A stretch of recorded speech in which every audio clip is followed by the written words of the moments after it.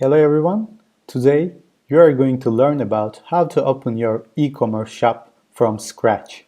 So we're going to build travelersgifts.com from zero.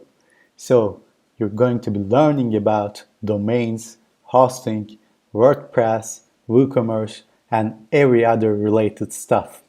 So if you do not know what those terms mean, then it's okay, because we are going to learn one by one. And furthermore, we are going to learn about being an Amazon affiliate.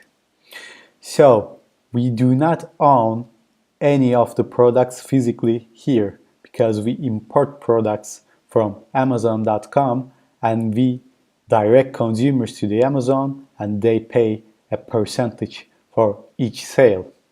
So if you want to build your own shop with your own physical products, then you're going to learn how to do that. But if you want to know more about Amazon affiliates, then you're going to learn it as well. So let's get started.